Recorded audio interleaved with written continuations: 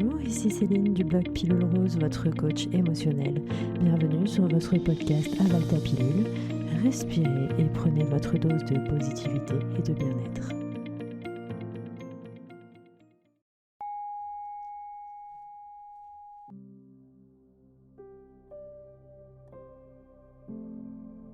Suite à une rupture amoureuse, qu'elle soit de mon initiative ou non, je peux ressentir une foule d'émotions que j'ai parfois du mal à identifier.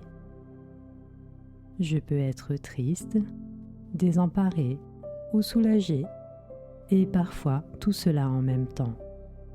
Cela fait beaucoup à gérer et j'ai parfois le sentiment d'être anéantie ou que je ne parviendrai jamais à m'en sortir. Je peux aussi avoir du mal à tourner la page et à accepter ma rupture. Tout ce que je ressens est parfaitement normal, mais je prends ce temps pour moi, pour me recentrer sur ce qui est essentiel, moi.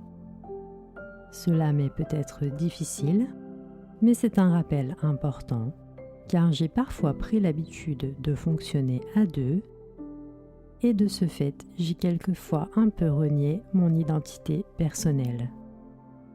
Pourtant, c'est en travaillant sur moi que je peux créer des relations futures saines, stables et pérennes. Mais pour le moment, je me focalise sur moi.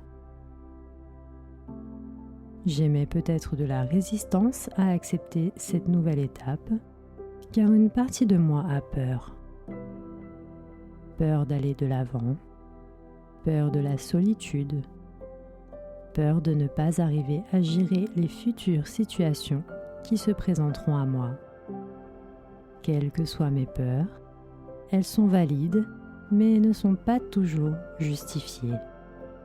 J'aurai peut-être des actions à mettre en place, une nouvelle routine à trouver, un nouveau rythme à prendre, mais j'en suis tout à fait capable. Je me laisse le temps nécessaire pour agir et trouver mes marques. Je vis un processus de deuil. Il est donc normal que je passe par plusieurs étapes pas forcément agréables. J'accueille ces étapes au fur et à mesure, sans me juger, sans me mettre la pression. Je me traite avec amour et compassion. Je mérite tout mon amour. Cet amour que j'ai parfois peur de ne plus recevoir, je suis aussi capable de me le donner. Si j'ai du mal à accepter la solitude et ses conséquences, je prends conscience que je n'ai pas forcément besoin d'une relation amoureuse pour me sentir bien, serein et épanoui. Certes, cela peut m'apporter du bonheur, mais cela n'est pas indispensable. En tout cas, pas forcément dans l'immédiat. J'ai besoin de temps et je vais utiliser ce temps pour apprendre à me connaître, à me comprendre, mais aussi pour digérer les événements passés.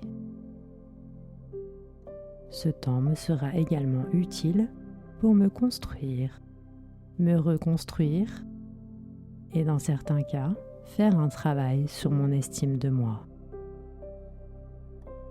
Il se peut que j'enchaîne les échecs amoureux et que je sois lassée, que je remette ma vie en question. Et pourtant, il me faut réaliser que mes échecs ne définissent pas ma vie entière. Ils sont des indices quant aux changements que je pourrais opérer et ils me seront utiles lors de mes futures expériences. Je les utilise comme des alliés pour guérir mon être intérieur et me diriger là où je suis censée aller. Lorsque mes souvenirs sont trop présents et m'empêchent de me focaliser sur l'instant, je les accueille, je les remercie, mais je me rappelle que tout n'est pas noir ou blanc, que toute ma relation n'a pas forcément été que positive ou négative. Je tâche de ne pas me laisser envahir Et je me rappelle que certaines de ces choses ont elles-mêmes peut-être entraîné ma rupture.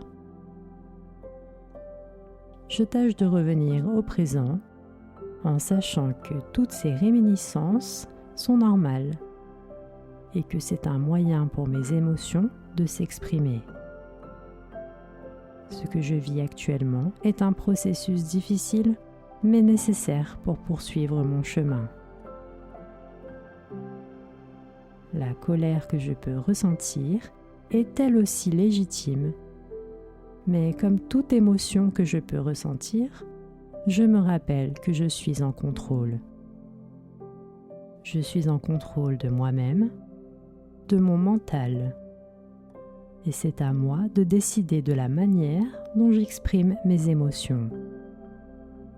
Je choisis de les exprimer sainement et je refuse tout comportement autodestructeur qui ne ferait que m'enfoncer et me conduire dans une spirale infinie de sentiments négatifs qui ne conduirait qu'à me blesser encore plus.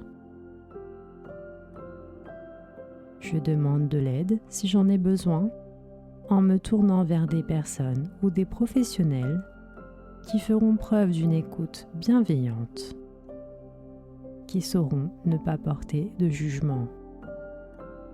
Je peux aussi exprimer mes émotions à travers l'expression écrite ou créative, mais aussi à travers une activité physique ou sportive. Je mets à profit l'énergie que mes émotions me procurent et j'utilise cette énergie pour me faire du bien et évoluer.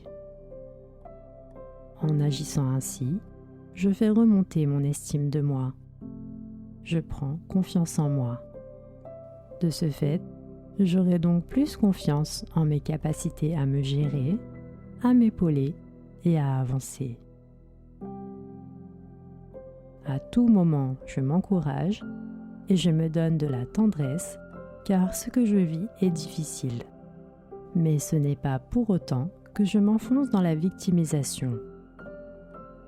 J'ai de belles et grandes choses à accomplir. Alors, dès maintenant, je prends une grande respiration et je laisse aller la charge émotionnelle que j'ai emmagasinée. Je me libère du passé. Je pleure si j'en ai besoin. Je pleure lorsque j'en ai besoin. J'évacue ainsi les souffrances et les blessures et je me prépare pour un meilleur futur.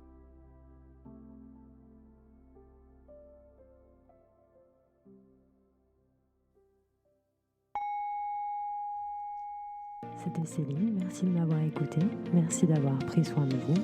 Retrouvez-moi sur Instagram, Facebook et sur mon blog pilulrose.com.